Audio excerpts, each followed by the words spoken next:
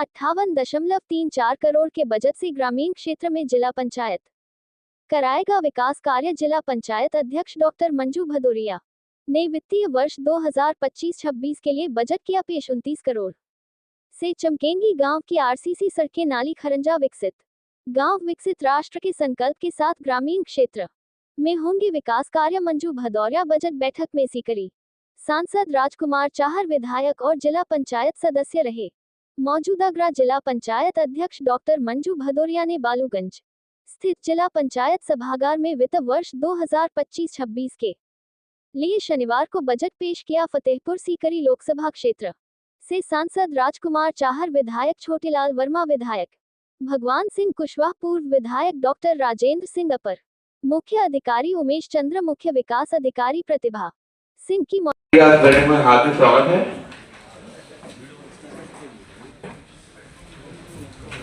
बैठक का दूसरा बिंदु था, उस पर अधिकारियों चर्चा की जानी है, उनकी कार्यवाही संचालित हो रहे हैं। माननीय सदस्य गणों और आप शासन के साथ अधिकारीगण बताएंगे, योजनाएं चल रही हैं, अधिकारीगण बताएंगे और चिकित्सा विभाग से रिलेटेड जो भी समस्याएं होंगी आपको एक एक करके 1 बाय 1 आप खड़े होकर अपना पूछ सकते हैं और उनको नोट करा सकते हैं, जिससे उनका समाधान कराया जाएगा, है ना। अभी चिकित्सा विभाग से रिलेटेड जो भी समस्याएं हैं, पहले आप योजनाएं बताएंगे, उसके बाद जो भी आपके क्षेत्र में चलेगी वो माननीय प्रधानमंत्री द्वारा आयुष्मान प्रधानमंत्री जन आरोग्य योजना है और साथ ही आरोग्य मंदिर जो प्राथमिक स्तर पर सेवाएं देती है, जिसमें हमारे जो केंद्र हैं उनको अपग्रेड करके आरोग्य मंदिर के रूप में कन्वर्ट किया गया है।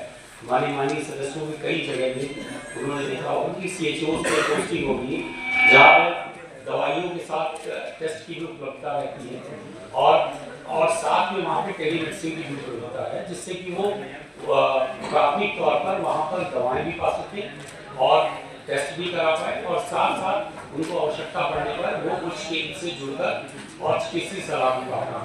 तो ये आरोग्य मंदिर एक महत्वपूर्ण योजना है। मैं सभी हमारे माननीय सदस्यों से रिक्वेस्ट करूँगा कि अपने जो भी उनके क्षेत्र में इस तरह का आरोग्य मंदिर माननीय प्रधानमंत्री द्वारा उनको एक बार भ्रमण अवश्य करें, जिससे कि जानकारी प्राप्त होगी कि क्या क्या सुविधाएं वो दे पा रहे हैं और जो कमियां हैं वो हमको भी पता पड़ पाएंगी, क्योंकि ये संख्या में 275 के आसपास है जो ग्रामीण स्तर पर खुले हुए हैं, जहाँ पर पहले सेक्टर हुआ करते हैं। और ये बहुत ही महत्वाकांक्षी योजना है जिसको हमें अपग्रेड करके ऊपर ले जाना है। इसमें जो सबसे बड़ा अंतर अभी जो जोड़ा गया है उसमें जैसे कि पहले पात्र जो हमारे 6 से ज़्यादा यूनिट के राशन कार्ड के लोग थे उनको ऐड किया था।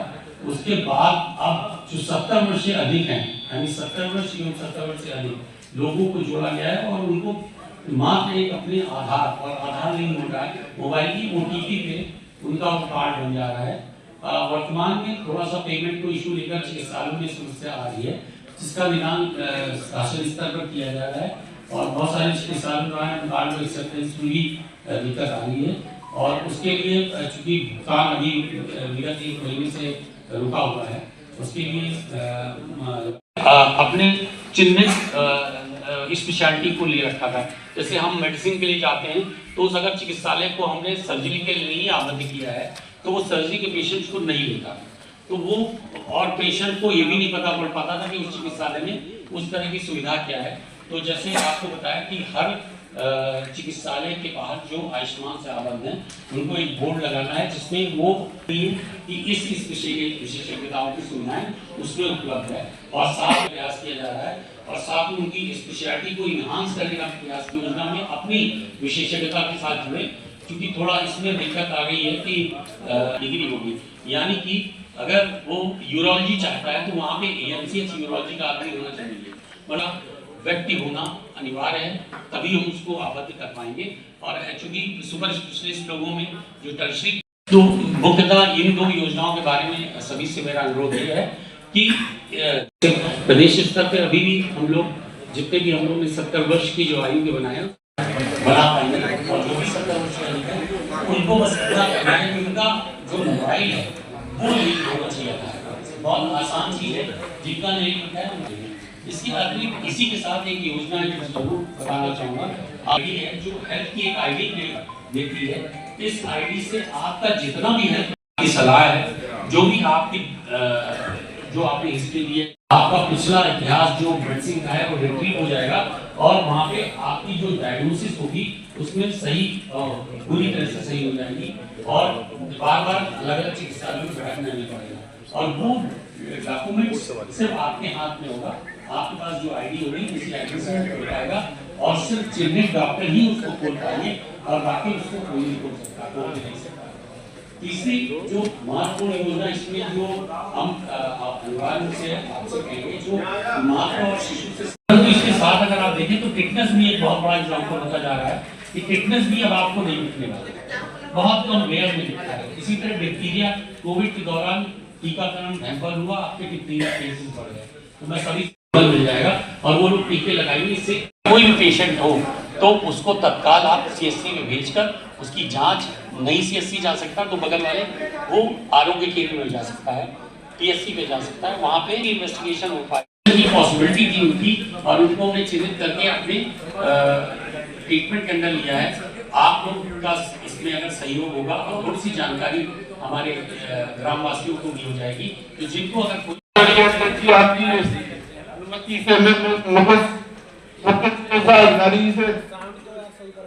सदस्यों के बैठने का स्थान नहीं, उनके साथ आए हम लोगों के, उन्हें कृपया करके बाहर बैठवाइए। सदन का एक मर्यादा होती है, उस तरीके से आप पिछली बार भी कह रहे हैं, हर बार इस बार हमारे राष्ट्रीय अध्यक्ष किसान मोर्चा के माननीय सांसद जी भी बैठे हैं, उस तरीके से एक बैठक का एजेंडा होता है, उस तरीके से चलिए कर लेना। यहाँ पर जवाब सवाल तो हम कर लेते हैं पर लेकिन हमें कोई जवाब नहीं मिलता है संतुष्ट।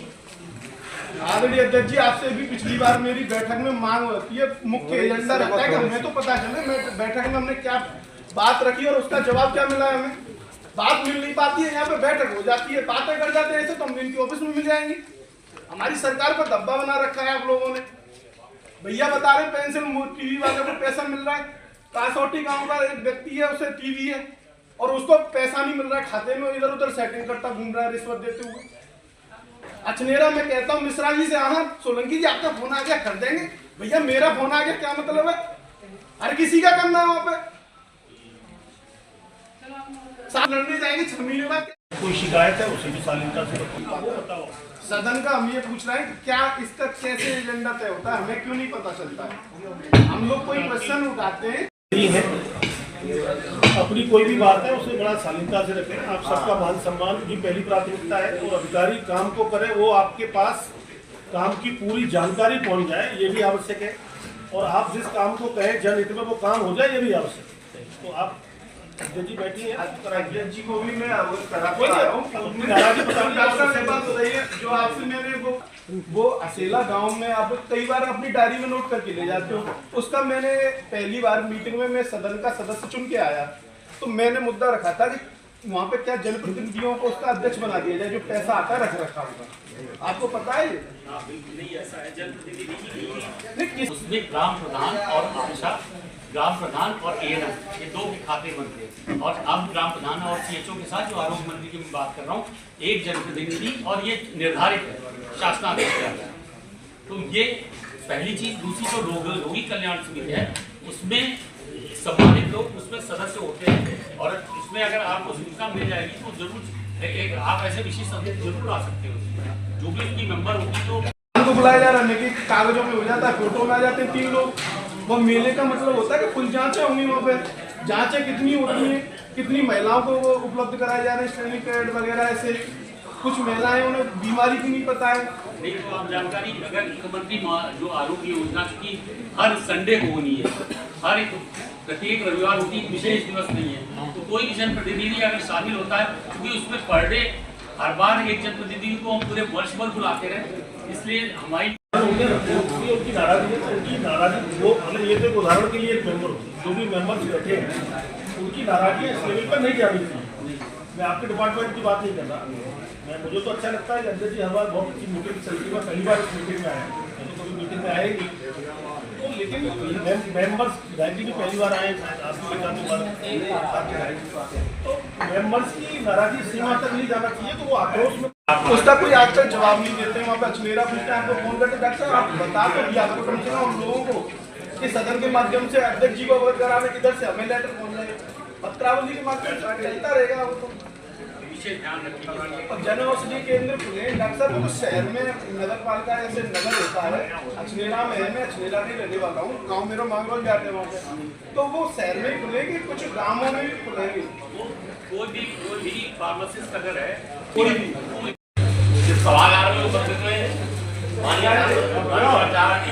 और मेरे बड़े भाई दोनों विधायक जी और सीडीओ साहब, माननीय अध्यक्ष जी, ग्राम पंचायत डावली जिला पंचायत के वार्ड नंबर 26 में पड़ती है, बहुत बड़ी ग्राम पंचायत है।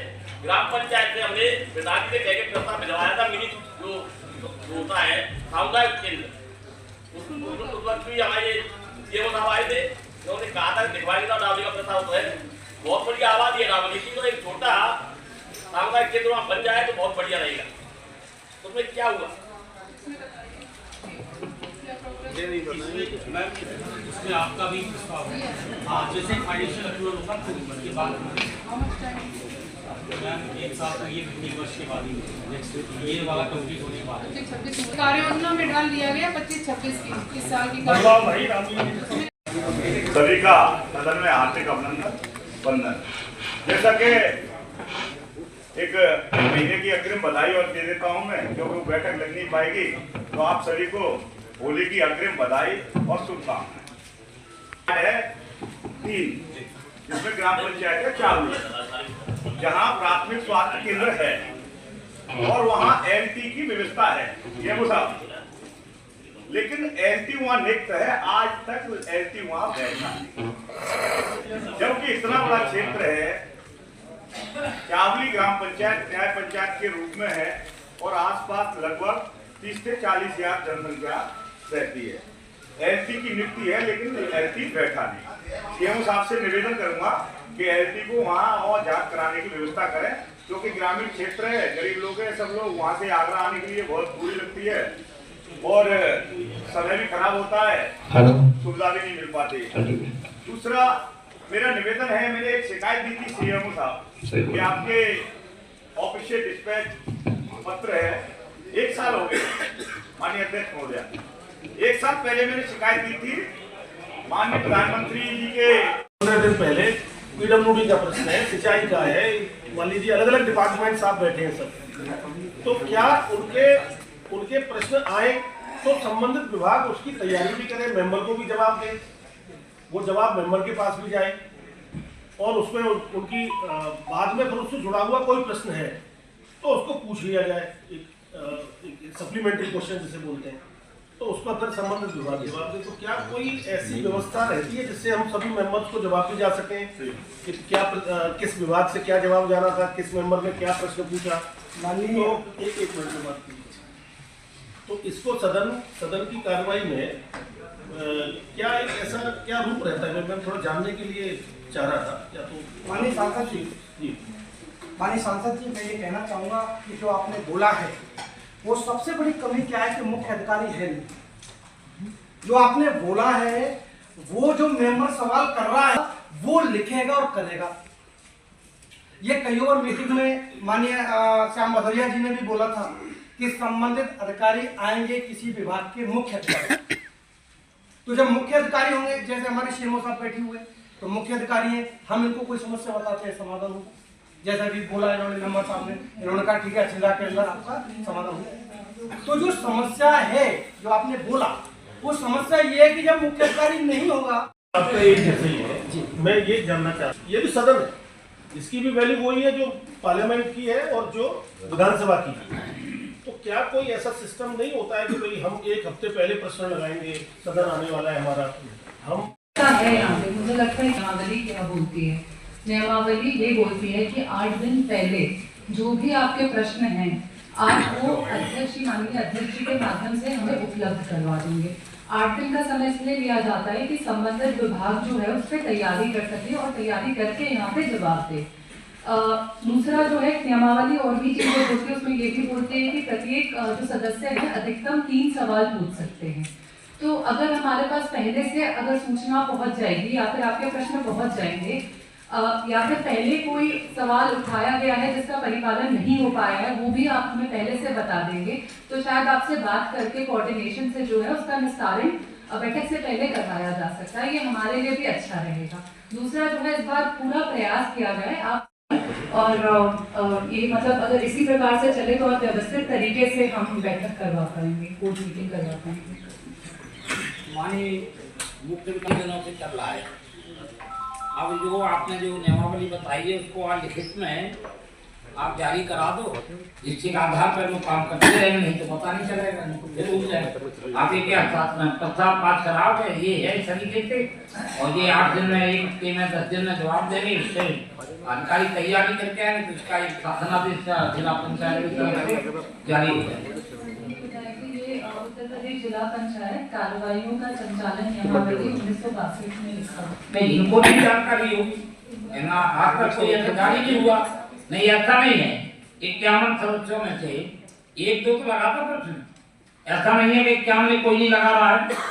बहुत से बुद्धिजीवी हैं, ऐसा नहीं है, और जो चुन के आता है जनता उसको सारे बुद्धिजीवी हैं। तो मेरा कहना है कि आप जारी करें, इसलिए कह रहे हैं कि नहीं तो जारी नहीं कराओगे तो फिर वही कहेंगे दूसरे आपकी जगह गए, ऐसा नहीं है। हम कह रहे हैं आप जो नियमावली है उस नियमावली के आधार पर आज शासनादेश जारी कर दो जिला पंचायत की तरफ से। ठीक है भाई, सहमत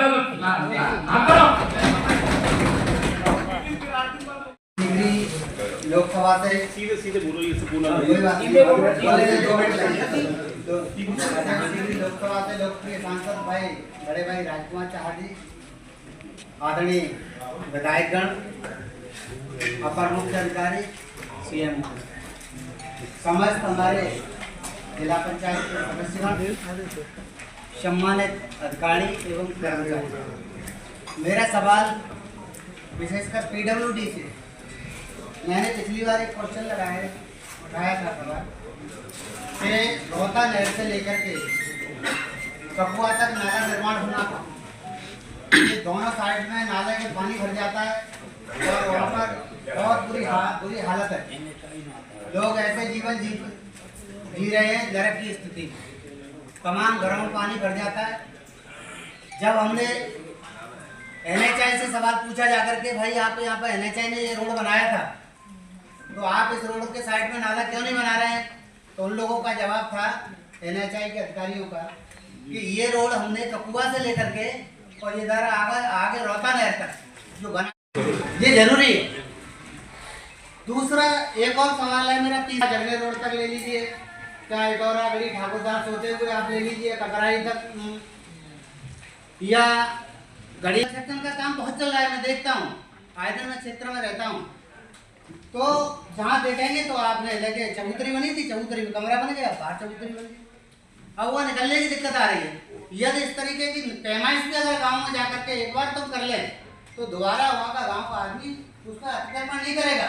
मगर समस्या ये है कि आप लोग जाते नहीं हैं, काम ही नहीं करना चाहते, इसके बाद में सरकार को फिर दोबारा बैकलिंग रोडों की व्यवस्था करनी पड़ रही है और वो हो नहीं पाती है इतनी जल्दी।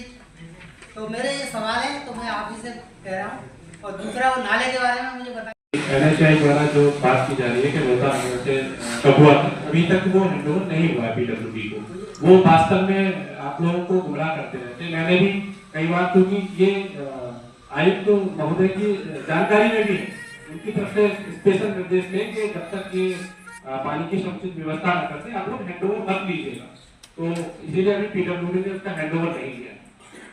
अच्छा, क्या ऐसी कोई व्यवस्था हो सकती है जो पानी भर जाता है कि टैंकरों के माध्यम से कहीं वहाँ निकाल दिया जाएगा हफ्ते हफ्ते, ये व्यवस्था बैकलिंग हो सकती है? क्योंकि इस तरह का काम, क्योंकि मैं बताना चाहूँगा कि एक ये सबके लिए लागू है, एक तरह की जहाँ भी पानी जल भराव की समस्या है या तो वो जो नाला चौक है वो नाला सफाई मैडम जैसे साहब ने कहा DPRO उसका देते हैं, और चेंजेस का वो नाला है, PWD से नहीं बना वो नाला, वो कार्रवाई DPRO साहब जल निकासी के लिए वो करेंगे। मैम मनिंदर जी, एक साइड से CNDS ने बनाया है, दूसरी साइड से PWD का ही है। जैसे आप शहर से जाएंगे, लेफ्ट हैंड पे बनाया CNDS ने और राइट हैंड पे PWD। मैंने उनसे ये कहा था कि पुलिया वहाँ बनी हुई है ऑलरेडी, पुलिया की सफाई हुई है, वहाँ पानी भरा हुआ है। मनिंदर जी, वहाँ रोड भी खराब हो रही है। अभी इन्होंने 3-4 महीने में और एक मैंने एक्सीडेंट जगले रोड से हड़पड़ा के लिए। सम्मान के योग्य किसान मोर्चा के राष्ट्रीय अध्यक्ष पहले इन्फॉर्म किया था कि कौन सा रोड था जिसको आपने बार बार मीटिंग में उठाया था। एक्शन साहब से मैंने कहा था कि आप मेरे यहाँ आ जाओ, अगर आपकी गाड़ी निकल जाए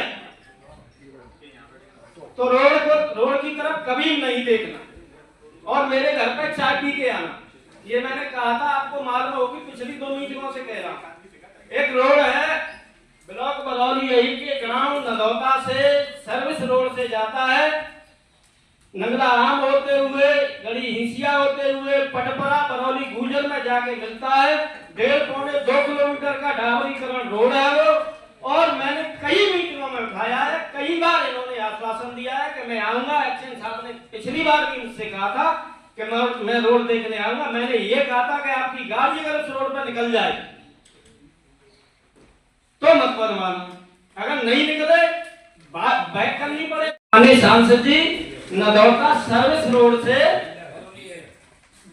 ब्लॉक बरौली गुजर के ग्राम नदौता सर्विस रोड से नंगला आम होते हुए गड़ी हिंसिया होते हुए पटपरा होते हुए समिति का भाग ये विरोधी का है या मंडी परिषद का है, इनके यहाँ पर पूरा लिखा हुआ होता है। एक्शन साहब बता रहे मंडी समिति से कौन है? लेकिन जब आपको पता है कि ये रोड क्या चाय पीने की हाथ में करीब कहीं हर में आपको उठा रहे हैं, लेकिन अधिकारी तो कह रहे हैं कि मैं आऊंगा। इसका मतलब मुझे ये नहीं पता है रोड किसका है। आपको भी नहीं पता है कि किसका रोड है। पीडब्ल्यूडी वालों को नहीं पता है रोड किसका है, आपको भी नहीं पता है।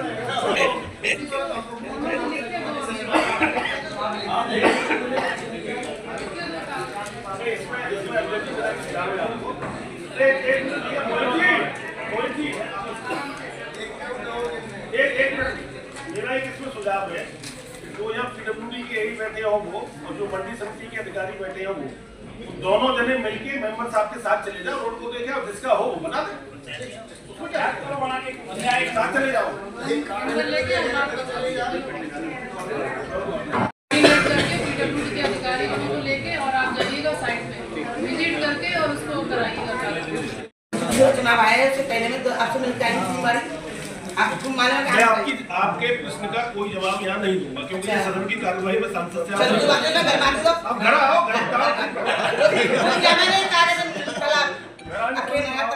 और लेटर दे दूंगी आपको कागज सामने 3-4 गड्ढे तो ऐसे हैं कि बार बार वो भर जाते हैं, बार बार वो भर जाते हैं। पीएस गार्डन के सामने और वो 4 साल हो गए मुझे देखते देखते, वो गड्ढे अभी तक प्रॉपर भरे नहीं गए हैं। मैं माननीय अध्यक्ष जी से अनुरोध करूंगा। दूसरा सवाल मेरा ये है, एक्सीएन साहब बताइए ये जो बता रहे हैं योजना का है पहले बना हुआ है और कई हादसे हो चुके हैं माननीय अध्यक्ष जी, माननीय सांसद जी, बिल्कुल ठीक पीएस गार्डन के सामने है। इसको बात करके है ना कोऑर्डिनेट नाला आ रहा है जो गंदा पानी आता है। मैंने पहले भी ये सवाल उठाया था कई बार, समाधान नहीं हो पा रहा है। मैं माननीय अध्यक्ष जी से, माननीय सांसद जी से, माननीय विधायक जी से कहना चाहूंगा, मेरे ये 2 ही सवाल है और करवाइएगा। उसकी सफाई भी हो जाए, नहीं तो कल आप मानिए चल जाए, निरीक्षण करके उसकी सफाई वफाई करा। ये गलत तरीका अपना रहे हो आप लोग। आप जिम्मेदारी से नहीं बच सकते।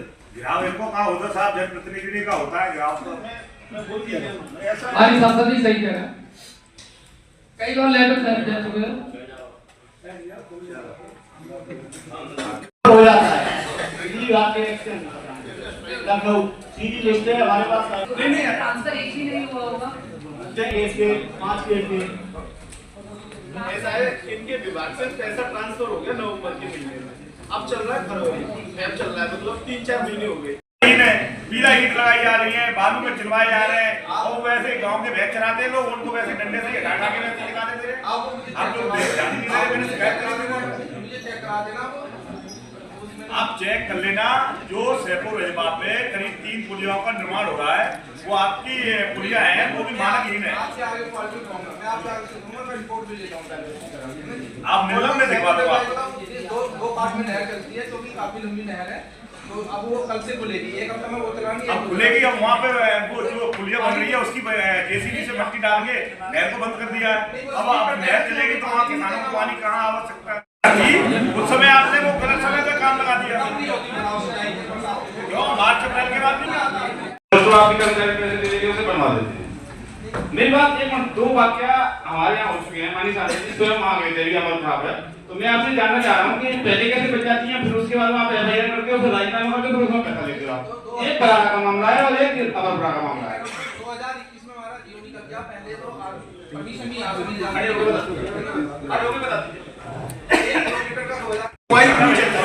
कोई गरीब किसान उस टेल पे या नहर पे इंजन रख ले, एक नोटिस कमाएंगे, उस नोटिस को फिर वापस ले लेंगे, पैसे ले लेंगे उससे।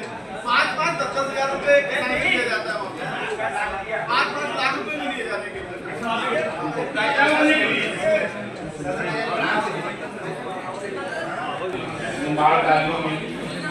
अध्यक्ष जी, आपसे भी पूछना चाह रहा हूँ, क्या विकास कार्यों की चर्चा करवाइए आप?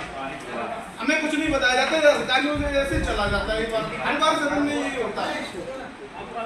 आपने सीडीओ साहब बड़ा अच्छा विषय बताया, इसमें पढ़ के लेटर में हर बार आप नोट लिखा है, मैं पढ़ के सुना दे रहा हूँ। उत्तर प्रदेश जिला पंचायत कार्यवाही का संचालन नियमावली से 8 दिन में जवाब देंगे आप। हम यहाँ क्वेश्चन पूछ रहे हैं, उसका भी तो जवाब दे दो हमें।